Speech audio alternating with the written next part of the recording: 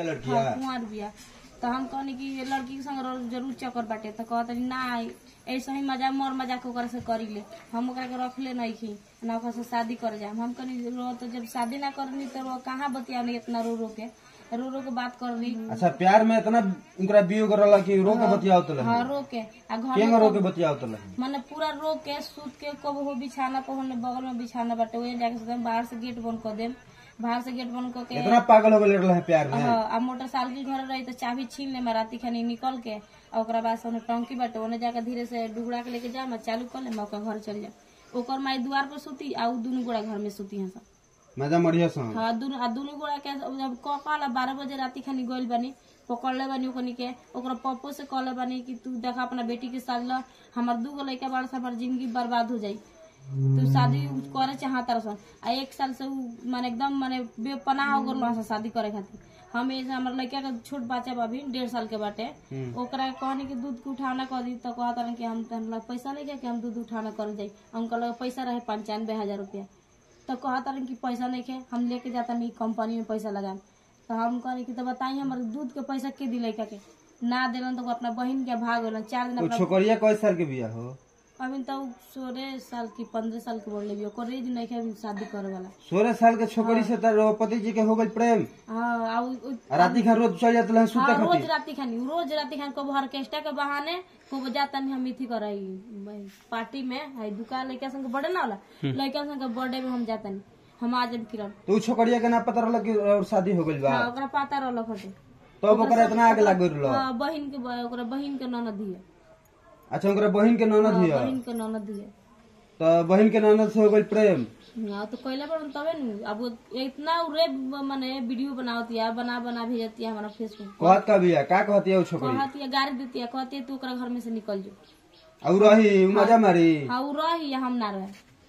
कहा जे मजा मारती है उ लेके हमरा तो उ तो रहते न भी मजा न मारती है ले जाके राज करती है कहती है कि हमरा के इतना के रुपया देले बा देख हमरा के रानी बना के रख ले बा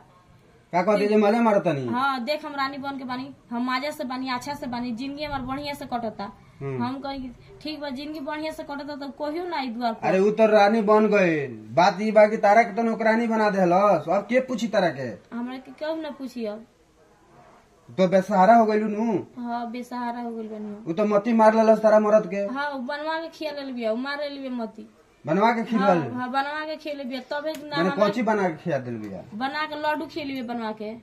माने ओझा से। हां ओझा से बनवा के खेले बिया बनवा के खेले कि केहू के याद नहीं हमको पहले कहत लन कि हम अपने अपने लड़का के छोड़ के कबो हम केहू के साथ माने ना कौन लड़की के संग भागे ना लड़की के संग रहे ते सब करते रहे कि हमरा लग सब बीमारी नहीं है बाकी उ बीमारी हमरा शक रहला उ बीमारी हो गई। तो गनवा के हाल हो गइल हो कि मती मार के भगैलस रे। हां सही बात बा गाना तो सही निकलल बाटे गाना इन्होंने थोड़ी बा गाना सही निकलल बा अब देख लिए यही जाकेगा भइल बाटे। तो अब का कहती है जब ब्याह करे कि कल ले बियाह कर ले लो। हां बियाह कर ले बिया तो 16 साल के छोकरी रब मरद से बियाह कर लेलस। हां कर ले बिया अभी कोर्ट में जो कर होत नहीं है उ पकड़ा जी है सन ओने भागल फिरता सब बतावत नहीं होता कि हम के जगह बानी सब ना लेकिन मर्दा कितना चकोड़ा बा कि रब ऐसा पत्नी के आई बबुआ है देखिए बबुआ है सोना जैसन लड़का के छोड़ के 16 साल के छोकरी से जाके फंस गई। हां खाली बढ़ले भर बिया इतनी के अब तो का हमरे तो चेक हो गइल बिया बाकी बढ़ल बिया ओकर उम्र अभी भइल नहीं के उम्र नहीं के तब इतना आग लागल बा हो अब कम करियावतिया ओकर 15-16 साल उम्र बा 15-16 साल। हां 15-16 साल उम्र बा आ तब ओकर गर्मी नहीं रुकाल जब 2 लड़के के बाप के नहीं छोड़े तो कुंवर लड़का संग का छोड़ी। आज हमरा संग बिया दूसरा कोनो के साथ में रहत लगिया वो पैसा के इथी पर भागल बिया पैसा देख ले बिया कि ज्यादा पैसा कमाता तो लेके भागल बिया ओकरा के पैसा से ओकरा प्रेम बा ज्यादा सबसे ज्यादा पैसे से ओकरा प्रेम बा। बताइए 15-16 साल के छोकरी कितना माने मन में ई बा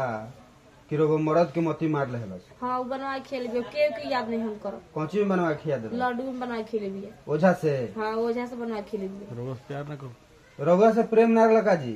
नारला प्रेम तो मुंह पर कह देन कि हम तोरा के अच्छा से रहे कि हम तोरा के छोड़ के तब कौन लड़की के साथ में कब रह नहीं सकत मुंह पर बतियाली हम दोसर है आ ओने घर के बाहर जेन तो बतियाली दोसर तो तोरो से तो लव मैरिज होय रे। हां हमरो से भइल बाटे के तरह से लव मैरिज हो गए।